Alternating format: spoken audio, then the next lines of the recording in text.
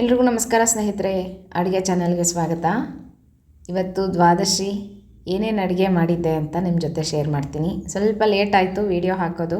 ಯಾಕೆ ಅಂತಂದರೆ ಇವತ್ತು ಬೇಗ ಎದ್ದಿದ್ವಿ, ಅಂದರೆ 4 ಗಂಟೆಗೇ ಎದ್ದಿದ್ದೆ. ಬೇಗ ಅಡುಗೆ ಆಗಬೇಕಾಗಿತ್ತಲ್ಲ, ಹಾಗಾಗಿ. ಮತ್ತು ಊಟ ಆದಮೇಲೆ ಎಲ್ಲರಿಗೂ ಸ್ವಲ್ಪ ಮೊಬ್ಬು ಬಂದಂಗೆ ಆಗುತ್ತೆ, ನಿದ್ದೆ ಬಂದಂಗೆ ಆಗುತ್ತೆ. ಅದಕ್ಕೋಸ್ಕರ ಒಂದು ಸ್ವಲ್ಪ ಹೊತ್ತು ಮಲ್ಕೊಂಬಿಡ್ತೀನಿ ನಾನು ದ್ವಾದಶಿ ದಿನ.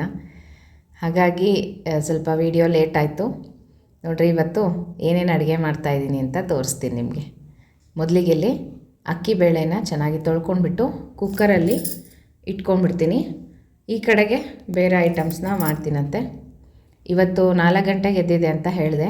ನೆನ್ನೆ ಉಪವಾಸ, ಮೊನ್ನೆ ಉಪವಾಸ, 2 ದಿನ ಅಲ್ವಾ ಸ್ನೇಹಿತರೆ? ಯಾರೆಲ್ಲ ಮಾಡಿದ್ರಿ, ಯಾರಿಗೆಲ್ಲ ಕೈಲಾಯಿತು, ಪಾಪ ಯಾರಿಗೆಲ್ಲ ಆಗಲಿಲ್ಲ, ಆಲ್ಮೋಸ್ಟ್ ಎಲ್ಲರೂ ಮಾಡಿರ್ತೀರ ಅಂತ ಅಂದ್ಕೊತೀನಿ. ಸಾಧ್ಯವಾದಷ್ಟು ಮಾಡೋಣಂತೆ. ನಾನು ನೆನ್ನೆ ರಾತ್ರಿ ತನಕನೂ ಇದ್ದೆ.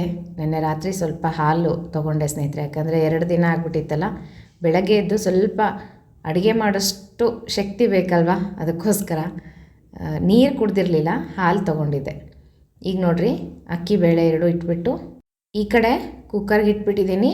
ಈ ಕಡೆಗೆ ನಾನು ಹೆಸರುಬೇಳೆ ಹುರ್ಕೊಂಡು ಪಾಯಸಕ್ಕೆ ಇಟ್ಕೊತೀನಂತೆ. ಮಾಮೂಲಿ ನಾವು ದ್ವಾದಶಿ ಮಾಡೇ ಮಾಡ್ತೀನಿ ಹೆಸರುಬೇಳೆ ಪಾಯಸ. ಅದರಲ್ಲೂ ಈ ಬಾರಿ ಅಂತೂ 2 ಉಪವಾಸ ಆಯ್ತಲ್ವ, ತುಂಬ ನಿತ್ರಾಣ ಆಗಿರುತ್ತೆ.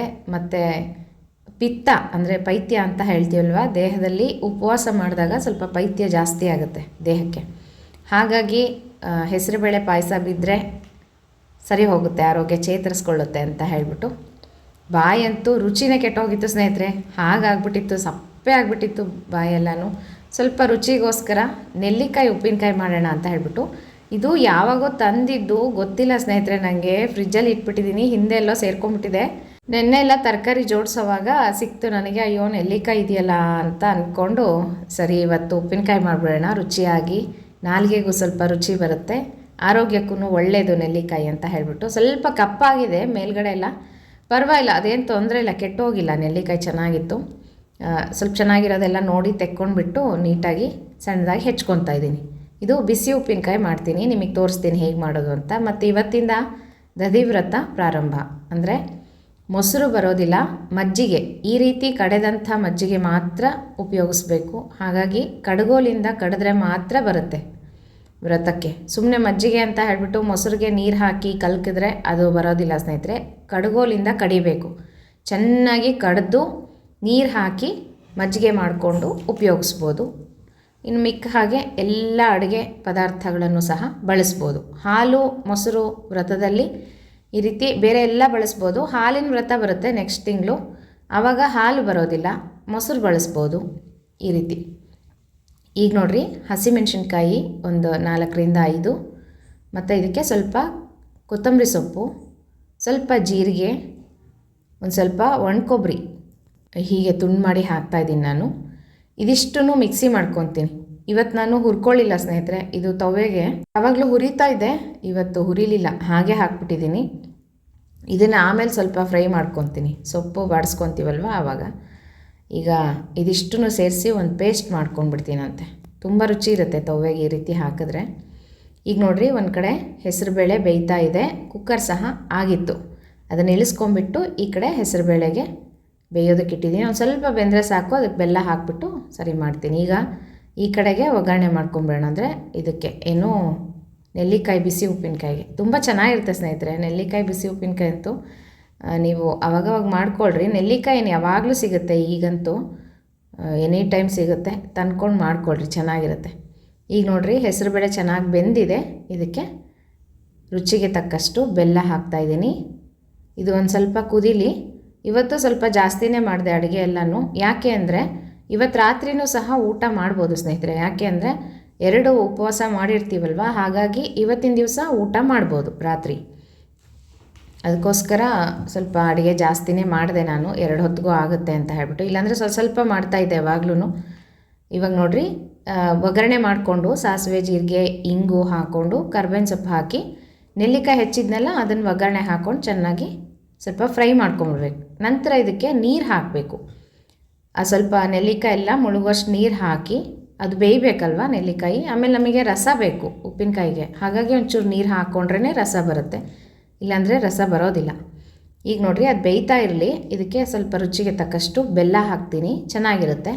ಮತ್ತು ಉಪ್ಪು, ಅದೊಂದು ಸ್ವಲ್ಪ ಬೇಯೋದ್ರೊಳಗೆ ನಾವು ಈ ಕಡೆ ಪಾಯಸಕ್ಕೂ ಸಹ ಇಲ್ಲಿ ನೋಡಿರಿ ಒಂದು ಸ್ವಲ್ಪ ಒಣಕೊಬ್ಬರಿ ತುರಿದು ಹಾಕಿದ್ದೀನಿ ಪಾಯಸಕ್ಕೆ. ಒಂಚೂರು ಏಲಕ್ಕಿ ಕುಟ್ಟಿ ಹಾಕಿಬಿಟ್ರೆ ಪಾಯಸ ರೆಡಿ. ಸ್ವಲ್ಪ ತಣ್ಣಗಾದ್ಮೇಲೆ ಹಾಲು ಹಾಕಬೇಕು. ಈ ಕಡೆ ನೋಡಿರಿ ಈಗ ನೆಲ್ಲಿಕಾಯಿ ಸಹ ಚೆನ್ನಾಗಿ ಬೆಂದಿದೆ. ಈಗ ನೋಡಿದ್ರೆ ಮೆತ್ತಗಾಗಿರುತ್ತೆ, ಆಗಲೇ ತುಂಬ ಬೇಗನೆ ಬೇಯುತ್ತೆ ನೆಲ್ಲಿಕಾಯಿ, ತೊಂದರೆ ಇಲ್ಲ. ಹೀಗೆ ನೆಲ್ಲಿಕಾಯಿ ಎಲ್ಲ ಬೆಂದ ಮೇಲೆ ಇದಕ್ಕೆ ಸ್ವಲ್ಪ ಖಾರಕ್ಕೆ ಖಾರದ ಪುಡಿ ಹಾಕ್ತಾಯಿದ್ದೀನಿ, ಅಚ್ಚ ಖಾರದ ಪುಡಿ. ಮತ್ತು ಇದು ಏನು ಸಾಸಿವೆ ಮೆಂತ್ಯ ಹುರಿದು ಪೌಡರ್ ಮಾಡಿ ಇಟ್ಟಿರ್ತೀನಿ ನಾನು, ಯಾವಾಗಲೂ ಇರುತ್ತೆ ಮನೆಯಲ್ಲಿ ಅವಾಗವಾಗ ಮಾಡ್ಕೊಳ್ಳೋದಕ್ಕೆ ಅಂತ ಹೇಳಿ. ಆ ಪುಡಿಯನ್ನು ಇದಕ್ಕೆ ಉಪ್ಪಿನಕಾಯಿಗೆ ಹಾಕೋಬೇಕು, ಚೆನ್ನಾಗಿರುತ್ತೆ. ಸಾಸಿವೆ ಮೆಂತ್ಯ, ಸಾಸಿವೆ ಜಾಸ್ತಿ ಹಾಕೋಬೇಕು, ಮೆಂತ್ಯ ಸ್ವಲ್ಪ ಹಾಕೋಬೇಕು. ಚೆನ್ನಾಗಿ ಹುರಿದು ಘಮ ಬರೋ ತನಕ ಅದನ್ನು ಪೌಡರ್ ಮಾಡಿ ಎತ್ತಿಟ್ಕೊಂಡ್ರೆ ಈ ರೀತಿ ಬಿಸಿ ಉಪ್ಪಿನಕಾಯಿಗಳಿಗೆ ಬಳಸಲಿಕ್ಕೆ ಚೆನ್ನಾಗಿರುತ್ತೆ. ಈಗ ನೋಡಿರಿ ಉಪ್ಪಿನಕಾಯಿ ರೆಡಿ ಆಯಿತು. ಈ ಕಡೆಗೆ ಮತ್ತೆ ಬಾಣಲೆ ಇಟ್ಕೊಂಡು ಒಂದು ಸ್ವಲ್ಪ ಎಣ್ಣೆ, ಸಾಸಿವೆ, ಜೀರಿಗೆ, ಕಡಲೆಬೇಳೆ, ಉದ್ದಿನಬೇಳೆ, ಒಗ್ಗರಣೆ ಸಾಮಗ್ರಿಗಳನ್ನೆಲ್ಲ ಹಾಕಿ ಇದು ಸ್ವಲ್ಪ ಭಾತ್ ಕಲಿಸ್ತಾ ಇದ್ದೀನಿ. ಚಿತ್ರಾನ್ನ ಮಾಡೋಣ ಅಂತ ಅಂದ್ಕೊಂಡೆ, ಯಾಕೋ ಭಾತಿನ ಪುಡಿ ಇತ್ತು, ಹಾಗಾಗಿ ಭಾತ್ ಕಲಿಸ್ಕೊಂಬಿಡೋಣ ಅಂತ ಹೇಳಿಬಿಟ್ಟು ನೋಡಿರಿ ಒಗ್ಗರಣೆ ಎಲ್ಲ ರೆಡಿ ಆದಮೇಲೆ ಇದಕ್ಕೆ ಒಂದು ಸ್ವಲ್ಪ ಭಾತಿನ ಪುಡಿ ಹಾಕಿ ಸ್ವಲ್ಪ ಫ್ರೈ ಮಾಡಿ ಒಂದು ಬಟ್ಲಿಗೆ ತೆಕ್ಕೊಂಡು ಬಿಡ್ತೀನಿ. ಅದಾದಮೇಲೆ ನಾನು ಅನ್ನ ಹಾಕ್ಕೊಂಡು ಕಲಿಸ್ಕೊಂಡ್ರಾಯ್ತು ಅಂತ. ಈ ರೀತಿ ಇವತ್ತು ಪಾಯಸ ಮತ್ತು ನೆಲ್ಲಿಕಾಯಿ ಬಿಸಿ ಉಪ್ಪಿನಕಾಯಿ, ತೊವ್ವೆ ಸಾರು, ಗಂಜಿ ಅಂತೂ ಬೇಕೇ ಬೇಕಲ್ವ ಸ್ನೇಹಿತರೆ. ಇವತ್ತು ಲೇಟ್ ಆಯಿತು ಸ್ವಲ್ಪ, ಅಂದರೆ 6 ಗಂಟೆ ಆಗಿತ್ತು. ನಮ್ಮ ಮನೆಯವ್ರು ಇರಲಿ ಬಿಡು ಗಂಜಿ ಏನು ಮಾಡ್ತೀಯ ಅಂತ ಹೇಳಿದ್ರು, ಆದ್ರೂ ಸಹ ನಾನು ಕೇಳಿಲ್ಲ. ತೆಂಗಿನಕಾಯಿ ಹಣ್ಣು ಎಲ್ಲ ನೈವೇದ್ಯ ಮಾಡಿದ್ವಿ ದೇವರಿಗೆ, ಅದೇ ಕಾಯಿನ ಬೇಗ ತುರಿದು ಅರ್ಜೆಂಟಾಗಿ ಇವತ್ತು ಗಂಜಿ ಮಾಡಿದ್ದಾಯಿತು. ನನಗೆ ಅದೇನೋ ಗೊತ್ತಿಲ್ಲ ಸ್ನೇಹಿತರೆ, ದ್ವಾದಶಿ ಅಂದರೆ ಕಾಯಿ ಗಂಜಿ ಇರಬೇಕು ಅದು. ಆಮೇಲೆ ಉಪವಾಸ ಮಾಡಿದ ಮಾರನೇ ದಿವಸ ಅದೆಷ್ಟು ಹೊಟ್ಟೆಗೆ ಹಿತ ಅಂದರೆ ತುಂಬ ಒಳ್ಳೆಯದು ಆರೋಗ್ಯಕ್ಕೆ, ಹಾಗಾಗಿ ನಾನು ಮಾಡೇ ಮಾಡ್ತೀನಿ. ಇಲ್ಲಿ ನೋಡ್ರಿ ಈಗ ಒಗ್ಗರಣೆ ಮಾಡಿದ್ನಲ್ಲ ಅದಕ್ಕೆ ಸೊಪ್ಪು ಹಾಕ್ಕೊಂಡು ಚೆನ್ನಾಗಿ ಫ್ರೈ ಮಾಡ್ತಾಯಿದ್ದೀನಿ. ಇದು ದಂಟಿನ ಸೊಪ್ಪು. ಇದಕ್ಕೆ ನಾವು ರುಬ್ಬಿದ್ವಲ್ಲ ಹಸಿಮೆಣಸಿನ್ಕಾಯಿ, ಕೊತ್ತಂಬರಿ ಸೊಪ್ಪು, ಕೊಬ್ಬರಿ ಎಲ್ಲ ರುಬ್ಬಿ ಹಾಕಿದ್ವಲ್ಲ ಅದನ್ನು ಇದಕ್ಕೆ ಹಾಕ್ಕೊಂಡು ಚೆನ್ನಾಗಿ ಫ್ರೈ ಮಾಡ್ಕೋಬೇಕು. ಯಾಕಂದರೆ ಹಸಿದು ಹಾಕಿತ್ತಲ್ಲ ಹಸಿಮೆಣಸಿನ್ಕಾಯಿ, ಅದಕ್ಕೋಸ್ಕರ ಹಸಿ ವಾಸನೆ ಬರುತ್ತೆ ಅಂತ ಹೇಳಿ ಸ್ವಲ್ಪ ಎಣ್ಣೆಯಲ್ಲಿ ಸೊಪ್ಪಿನ ಜೊತೆಗೆ ಫ್ರೈ ಮಾಡ್ಕೊಂಡ್ಬಿಟ್ಟು ನಂತರ ಇದಕ್ಕೆ ಬೇಳೆಯನ್ನು ಹಾಕ್ಕೊಳ್ಳೋದು, ತೊಗರಿಬೇಳೆ. ನಾನು ಬೇಳೆ ಎಲ್ಲ ನೀಟಾಗಿ ಕಡ್ದು ಕಟ್ಟೆಲ್ಲ ತೆಕ್ಕೊಂಡು ಇಟ್ಕೊಂಡಿದ್ದೀನಿ ಸಾರು ಮಾಡಲಿಕ್ಕೆ. ಈಗ ಗಟ್ಟಿ ಬೇಳೆ ಎಲ್ಲನೂ ಇದಕ್ಕೆ ಸೊಪ್ಪಿಗೆ ಹಾಕ್ಬಿಟ್ಟು ಚೆನ್ನಾಗಿ ಕಲಸಿ ಕುದಿಸ್ಕೋಬೇಕು. ಚೆನ್ನಾಗಿ ಕುದಿಬೇಕು, ತೊವ್ವೆ ಆಗಲಿ ಸಾರಾಗಲಿ ಹುಳಿ ಆಗಲಿ ಎಲ್ಲನೂ ಅಷ್ಟೇ ಚೆನ್ನಾಗಿ ಕುದ್ದಷ್ಟು ಟೇಸ್ಟ್ ಚೆನ್ನಾಗಿ ಬರುತ್ತೆ. ಈಗ ರುಚಿಗೆ ತಕ್ಕಷ್ಟು ಉಪ್ಪು ಹಾಕ್ತಾಯಿದ್ದೀನಿ. ಮತ್ತು ಸ್ವಲ್ಪ ಹುಳಿ ಪುಡಿ, ಜಾಸ್ತಿ ಇಲ್ಲ, ಒಂದು ಸ್ವಲ್ಪ. ನಾವೇನು ರುಬ್ಬಿ ಹಾಕಿದ್ವಲ್ಲ ಅದ್ರ ಫ್ಲೇವರೇ ತುಂಬ ಚೆನ್ನಾಗಿರುತ್ತೆ. ಮತ್ತು ರುಚಿಗೆ ತಕ್ಕಷ್ಟು ಹುಣಸೆ ಹಣ್ಣು. ಹುಳಿ ಪುಡಿ ಬೇಕು ಅಂದರೆ ಹಾಕೋಬೋದು, ಇಲ್ಲಾಂದರೆ ಆ ಥರ ಫ್ರೈ ಮಾಡಿಕೊಂಡು ಅಂದರೆ ಹಸಿಮೆಣ್ಸಿನ್ಕಾಯಿ ಎಲ್ಲನೂ ಚೆನ್ನಾಗಿ ಹುರ್ಕೊಂಡು ಪೌಡರ್ ಮಾಡಿ ಹಾಕಿದ್ರೆ ಅದು ಇನ್ನೂ ರುಚಿ ಇರುತ್ತೆ. ನನಗೆ ಇವತ್ತು ಆಗಲಿಲ್ಲ ಅಂತ ಹಾಗೆ ಹಾಕ್ಬಿಟ್ಟೆ ಅಷ್ಟೇ. ಈಗ ನೋಡಿರಿ ತೊವ್ವೆ ಆಯಿತು, ಸಾರು ಸಹ ಕುದೀತಾ ಇದೆ. ಈ ಕಡೆಗೆ ಅನ್ನದ ಗಂಜಿ ಅಂದರೆ ಕಾಯಿ ಗಂಜಿಗೆ ಇಟ್ಟಿದ್ದೀನಿ. ಅನ್ನ ಚೆನ್ನಾಗಿ ಮೆತ್ತಗೆ ಮಾಡಿಕೊಂಡು ಅದಕ್ಕೆ ಕಾಯಿ ರುಬ್ಬಿ ಹಾಕ್ಕೊಂಡು ಸ್ವಲ್ಪ ಕುದಿಸ್ಕೊಂಡು, ಇದು ಕೊನೆ ಮೂಮೆಂಟ್ ಸ್ನೇಹಿತರೆ, ತುಂಬ ಅರ್ಜೆಂಟ್ ಇತ್ತು. ಇನ್ನು 6:15 ಆಗಿಬಿಡುತ್ತೆ, ಅಷ್ಟೊತ್ತಿಗೆ ಊಟಕ್ಕೆ ಕೂತ್ಕೋಬೇಕು. ಹಾಗಾಗಿ ಬೇಗ ನಾನಿಲ್ಲಿ ಇದನ್ನು ಮಾಡ್ಕೊತ ನಿಂತಿದ್ದೆ. ನಮ್ಮ ಮನೆಯವರಾಗಲೇ ತಟ್ಟೆ ಎಲ್ಲ ಇಟ್ಟು ರೆಡಿ ಮಾಡಿಬಿಟ್ಟಿದ್ರು. ಇಲ್ಲಿ ನೋಡಿರಿ ಇವತ್ತಿನ ದ್ವಾದಶಿ ಅಡುಗೆ ಏನು ಅಂತ ತೋರಿಸ್ತೀನಿ ನಿಮಗೆ. ಹೆಸರುಬೇಳೆ ಪಾಯಸ, ನೆಲ್ಲಿಕಾಯಿ ಬಿಸಿ ಉಪ್ಪಿನಕಾಯಿ ಮತ್ತು ಸ್ವಲ್ಪ ಭಾತ್ ಕಲಸಿದೆ, ಅನ್ನ, ದಂಟಿನ ಸೊಪ್ಪಿನ ತೊವ್ವೆ, ಸಾರು, ಕಾಯಿ ಗಂಜಿ, ಇದಿಷ್ಟು. ಸ್ವಲ್ಪ ಅನ್ನ ಎಕ್ಸ್ಟ್ರಾ ಮಾಡಿದೆ, ಸಾಕಾಗೋದಿಲ್ಲ ಅಂತ ಹೇಳಿಬಿಟ್ಟು. ಇದಿಷ್ಟು ಇವತ್ತಿನ ದ್ವಾದಶಿ ಅಡುಗೆ ಸ್ನೇಹಿತರೆ. ಇವತ್ತಿನ ನಮ್ಮನೆ ಅಡುಗೆ ಹೇಗೆ ಅನ್ನಿಸ್ತು ಕಮೆಂಟ್ ಮಾಡಿ ತಿಳಿಸ್ರಿ. ನೀವೆಲ್ಲ ಏನೇನು ಮಾಡಿದ್ರಿ ಅದನ್ನು ಸಹ ತಿಳಿಸ್ರಿ. ಮತ್ತು ತುಂಬ ಜನ ಕೇಳ್ತಾಯಿದ್ರಿ, ಮೇಡಮ್ 2 ದಿನ ಉಪವಾಸ ಮಾಡಿದ್ರಾ, ಹೇಗೆ ಅನ್ನಿಸ್ತು ನಿಮಗೆ ಅಂತ ಕೇಳ್ತಾಯಿದ್ರಿ. 1 ದಿನ ಆರಾಮಾಗಿತ್ತು, ಏನೂ ತೊಂದರೆ ಇಲ್ಲ. ಯಾಕಂದರೆ ಪ್ರತಿ ಸಲ ಮಾಡ್ತೀವಿ, ಹಾಗಾಗಿ ರೂಢಿ ಆಗಿಬಿಟ್ಟಿದೆ, ಆರಾಮಾಗಿತ್ತು. ನೀರು ಸಹ ತೊಗೊಳ್ದೆ ಆರಾಮಾಗಿದ್ವಿ. ಮತ್ತು ನೆನ್ನೆ ದಿವಸ ಸ್ವಲ್ಪ ಮಧ್ಯಾಹ್ನ ಸಾಯಂಕಾಲ ಆದ ತಕ್ಷಣ ಸುಸ್ತಾಗೋದಕ್ಕೆ ಶುರುವಾಯಿತು ಸ್ನೇಹಿತರೆ. ಯಾಕಂದರೆ ನೀರು ಸಹ ಇಲ್ವಲ್ಲ ಹೊಟ್ಟೆಯಲ್ಲಿ, ಹಾಗಾಗಿ ಸ್ವಲ್ಪ ನನಗೇನಾಯಿತು ಅಂದರೆ ಕೈಗಳೆಲ್ಲ ಸ್ವಲ್ಪ ಜೋಮ್ ತುಂಬ್ದಂಗೆ ಆಗ್ತಾಯಿತ್ತು. ಅಂದರೆ ಜುಮ್ ಜುಮ್ ಅನಿಸ್ಲಿಕ್ಕೆ ಶುರುವಾಗಿತ್ತು. ಹೊಟ್ಟೆಯಲ್ಲೂ ಸಹ ಒಂಥರ ಅನ್ನಿಸ್ತಾಯಿತ್ತು. ಸರಿ, ತುಂಬ ಇದು ಮಾಡ್ಕೊಂಬಿಟ್ರೆ ಬೆಳಗ್ಗೆ ಎದ್ದೇಳೋಕ್ಕಾಗಬೇಕಲ್ವ, ಆಮೇಲೆ ಬೇರೆ ಏನೋ ಆಗಿಬಿಟ್ರೆ ಕಷ್ಟ ಅಂತ ಹೇಳಿಬಿಟ್ಟು ಸ್ವಲ್ಪ ಹಾಲು ಸಕ್ಕರೆ ಅಷ್ಟೇ ತೊಗೊಂಡಿದ್ದು ರಾತ್ರಿ. ಸ್ವಲ್ಪ ಪರವಾಗಿಲ್ಲ. ಆಮೇಲೆ ಆರಾಮಾಗಿ ಬೆಳಗ್ಗೆ ಎದ್ದು ಸ್ನಾನ ಮಾಡಿದ ತಕ್ಷಣ ಸ್ವಲ್ಪ ಹುಷಾರಾಗಿಬಿಡ್ತೀವಿ ಬೆಳಗ್ಗೆ.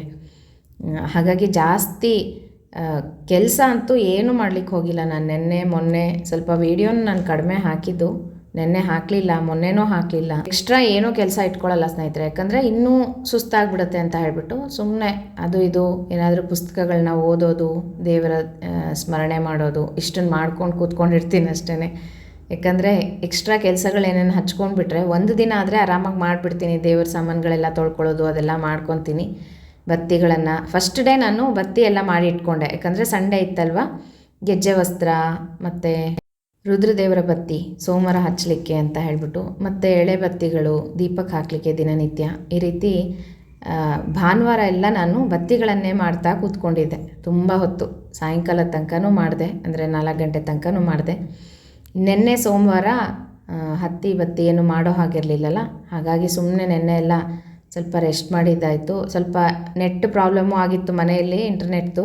ಹಾಗಾಗಿ ಯಾವ ವೀಡಿಯೋನೂ ಹಾಕಿಲ್ಲ, ಆಧ್ಯಾತ್ಮವಾಣಿಯಲ್ಲೂ ಹಾಕಿಲ್ಲ, ಇಲ್ಲೂ ಸಹ ಹಾಕಿಲ್ಲ ನಾನು. ಇಲ್ಲಂತೂ ತುಂಬ ದಿನ ಆಯಿತು ವೀಡಿಯೋಸೇ ಹಾಕಿಲ್ಲ ನಾನು. ನನಗೆ ಟೈಮೇ ಸಿಗ್ತಾ ಇಲ್ಲ ಸ್ನೇಹಿತರೆ, ಆಧ್ಯಾತ್ಮವಾಣಿಯಲ್ಲೇ ಹೋಗ್ತಾ ಇದೆ.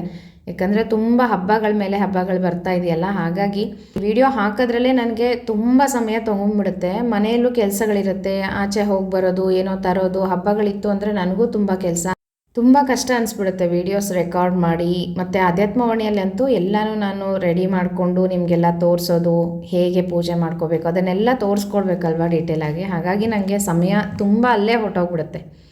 ಅದಕ್ಕೋಸ್ಕರ ಸ್ವಲ್ಪ ಅಡುಗೆ ಚಾನಲ್ಲು ಆವಾಗ ಅಡುಗೆಗಳನ್ನು ಹಾಕ್ತಾಯಿರ್ತೀನಿ ಅಷ್ಟೇ. ತುಂಬ ಜನ ಕೇಳ್ತಾ ಇರ್ತೀರಾ, ಯಾಕೆ ಅಡುಗೆಗಳನ್ನು ಹಾಕೋದೇ ಬಿಟ್ಬಿಟ್ಟಿದ್ದೀರಾ, ಹಾಕ್ರಿ ಅಂತ ಹೇಳಿ. ನಮ್ಮೂರ ಕಡೆ ಎಲ್ಲ ಬಳ್ಳಾರಿ ಆ ಕಡೆಯಿಂದ ಎಲ್ಲ ತುಂಬ ಜನ ನೋಡ್ತಾರೆ, ನನ್ನ ಅಡುಗೆಗಳನ್ನು ಇಷ್ಟಪಡ್ತಾರೆ. ಮತ್ತು ಹೊಸದಾಗಿ ಮದುವೆ ಆಗಿರ್ತಕ್ಕಂಥವ್ರು ಕಲೀಲಿಕ್ಕೆ ಅನುಕೂಲ ಆಗುತ್ತೆ, ಹೀಗೆಲ್ಲ ಕಮೆಂಟ್ಸ್ ಬರ್ತಾ ಇರುತ್ತೆ ನನಗೆ. ಟ್ರೈ ಮಾಡ್ತೀನಿ ಸ್ನೇಹಿತರೆ, ಖಂಡಿತ ನಾನು ವೀಡಿಯೋಸ್ ಹಾಕ್ತೀನಿ. ಆದರೆ ನನಗೆ ಯಾವಾಗ ಫ್ರೀ ಆಗುತ್ತೋ ಆವಾಗ ನೀವೆಲ್ಲ ನನಗೆ ಸಹಕಾರ ಮಾಡಬೇಕು, ಸಪೋರ್ಟ್ ಮಾಡಬೇಕು, ಆಯಿತಾ? ಮತ್ತು ಇವತ್ತಿನ ಅಡುಗೆ ಹೇಗೆ ಅನ್ನಿಸ್ತು ಕಮೆಂಟ್ ಮಾಡಿರಿ, ಮರಿಬೇಡ್ರಿ. ಮತ್ತು ಮುಂದಿನ ವಿಡಿಯೋ ಒಟ್ಟಿಗೆ ಸಿಗ್ತೀನಂತೆ.